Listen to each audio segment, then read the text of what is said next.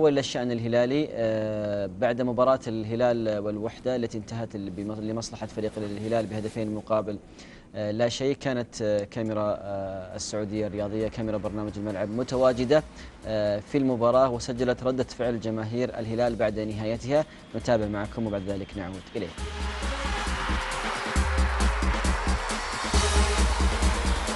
مبروك الفوز، الله يبارك فيك.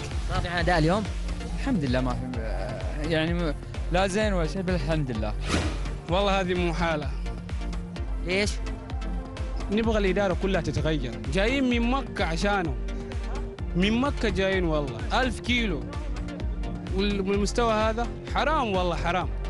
والله في تحسن، بس يعني النقص بعد أمرنا مشكوك، يعني أمام الريان يوم الأربعاء يعني باللعب هذا ما أتوقع فيه. أنت راضي عن أداء اليوم يعني؟ الأداء يعني حلو، بس الإصابات كثرت، يعني فيه يعني بتسبب مشكلة يوم الأربعاء. والله أنا بقول لك الصراحة، أنا اتحادي وجاي لجل وحدة. أنت بس يعني وحداوي أنت يعني؟ أنا عشان من مكة أنا لازم أسجل وحدة، بس الهلال يستاهل يا أخي يفوز. أول شيء ألف مبروك للزعيم والهلال، وأنا من عمان وجيت أحضر المباراة، وألف مبروك للزعيم. ألف مبروك الهلال، فاتك الوحدة. الهلال قدم مستوى، بس أنا أفكر في الدوري، أفكر بطولة آسيا، ما الدوري ما نجي الهلال والله. بالدوري لا يصير الدوري.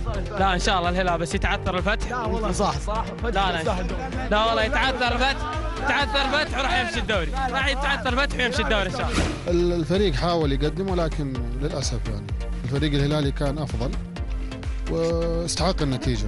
والله الحمد لله على الفوز، وأبارك الجمهور الهلال واللعيبة، وأشكر سالم الدوسري على المستوى ذا. والدوري راح طبعا ما يفيد، نبي آسيا، بس على المستوى ذا إن شاء الله نجيب آسيا على قولته، بس ما في أمل آسيا بعد على مستواه. والله الواحد بدون نفسية، يعني نفسياتهم تعبانين ونازلين درجة أولى، بس إن شاء الله يعوضوا. لسه ما نزلوا درجة أولى. محترفين يعني دوبهم جو قبل كم يوم، وقدموا أداء أحسن من غيرهم، من أحسن المباريات الجاية. 2-0 وفي الرياض برضه تمام له. أهرد لك للفريق الوحداوي ومبروك للهلال. الهلال طبعا المركز الثاني، والوحدة قادم للهبوط، لذلك بإذن الله الوحدة السنة الجاية سيعود بدماء جديدة.